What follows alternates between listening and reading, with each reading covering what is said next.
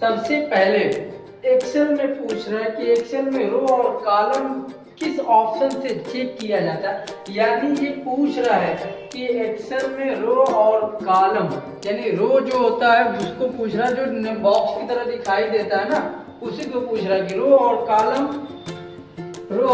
किस ऑप्शन से चेक किया जाता है। तो आसानी से आप बता सकते हो कि नेम बॉक्स के, इससे name box NAME name BOX name box. दूसरा क्वेश्चन आपको कह रहा है कि एक्सेल में ऐसा कौन सा सिंबल है, एक्सेल में ऐसा कौन सा सिंबल है जो सभी फार्मूलों के लिए फार्मूलों के प्रयोग में प्रारंभ आवश्यक है। यानी ये क्या कह रहा है, एक बार आप समझिएगा कि एक्सेल में ऐसा कौन सा सिंबल, यानी सिंबल का मतलब कोई चिन्ह पूछ रहा है।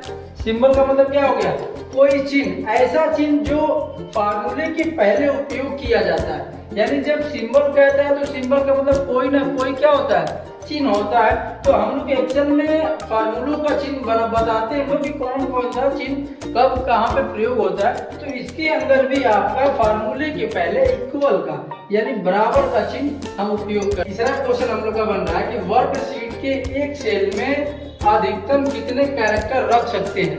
यानी पूछ रहा है आपका तीसरा क्वेश्चन कि वर्कशीट के एक सेल में अधिकतम कितने कैरेक्टर रख सकते हैं। तो एकदम आसान है कि कितने कैरेक्टर रख सकते हैं, जो सेल होता है ना उसी के अंदर रखने की बात कर रहा है।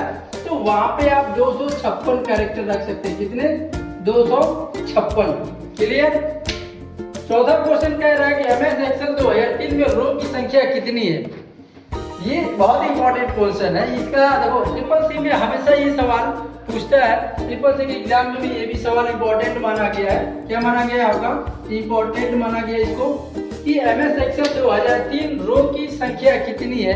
अब तो मान लो कि 2010, 11, 12 ये चल रहा है, लेकिन 2003 जो पुराने वर्जन है उसको पूछता जरूर है। तो 2003 में क्या था, 2003 में था 65,336 रो की संख्या थी। कितनी थी, रो की संख्या 65,336 रो की संख्या थी। किसमें, 2003 में।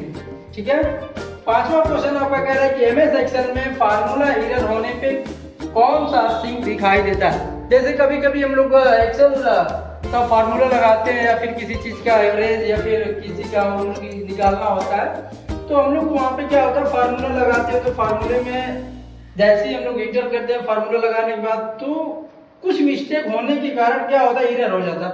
एरर होने पे वहां पे सिंक दिखाई देता है, वो सिंबल पूछता है कि कौन सा सिंबल दिखाई दे रहा है। तो वहां पे आपको हैश का सिंबल दिखाई देता है। किसका, हैश का सिंबल दिखाई